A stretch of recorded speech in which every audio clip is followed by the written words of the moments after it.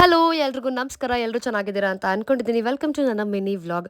ಇವತ್ತು get ready with me shoot ಮಾಡ್ತಾ ಇದ್ದೀನಿ ಬಿಕಾಸ್ ನಾನು ಶಾಪಿಂಗ್ ಹೋಗ್ತಾ ಇದ್ದೀನಿ. ಆ್ಯಂಡ್ ಬೈ ದ ವೇ ಇತ್ತೀಚೆಗೆ ತುಂಬ ಜನ ಸ್ಕಿನ್ ವೈಟ್ನಿಗೆ ಏನೇನೋ ಮಾಡಿಸ್ಕೊತಿದ್ದಾರೆ. ನಂಗೆ ಭಯ ಆಗುತ್ತೆ. ಬಟ್ ನನಗೆ ಏನಾದರೂ ಇನ್ಸ್ಟೆಂಟಾಗಿ ಗ್ಲೋ ಬೇಕು ಅಂದರೆ ನಾನು ಯೂಸ್ ಮಾಡೋದು NYB ಅವರ ಸ್ಟ್ರೋಪ್ ಕ್ರೀಮ್.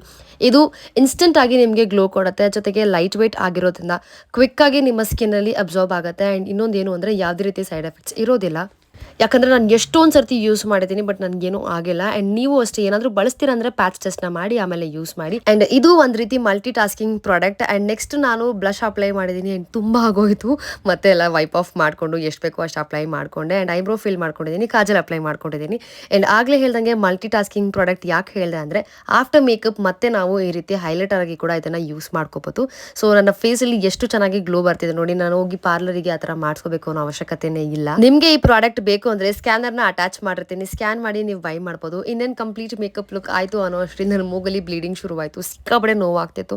ಲಾಸ್ಟ್ ಟೈಮ್ ಹೇಳ್ದಂಗೆ ನಾನು ಹಾಸ್ಪಿಟಲ್ಗೆಲ್ಲ ಹೋಗಿ ಬಂದೆ, ಬಟ್ ಸ್ವಲ್ಪ ಕಡಿಮೆ ಆಗಿದೆ. ಆ್ಯಂಡ್ ಅದೆಲ್ಲ ಸ್ವಲ್ಪ ಕ್ಲೀನ್ ಮಾಡಿಕೊಂಡು ನಾನು ಅಲ್ಲಿಂದ ಹೊರಟಿದ್ದಾಯಿತು. ನಾನು ಹೋಗಿದ್ದು ಚಿಕ್ಕಪೇಟೆಗೆ. ನಾನು ಲೈಟ್ ತೊಗೊಂಬರೋಣ ಅಂತ ಹೋದೆ, ಬಟ್ ಲೈಟ್ ಸಿಗಲಿಲ್ಲ ನನಗೆ. ಅದನ್ನ ಬಿಟ್ಟು ಬೇರೆ ಎಲ್ಲ ತಂದಿದ್ದೀನಿ. ಆ್ಯಂಡ್ ತುಂಬ ಇಷ್ಟ ಆಯಿತು ನನಗೆ.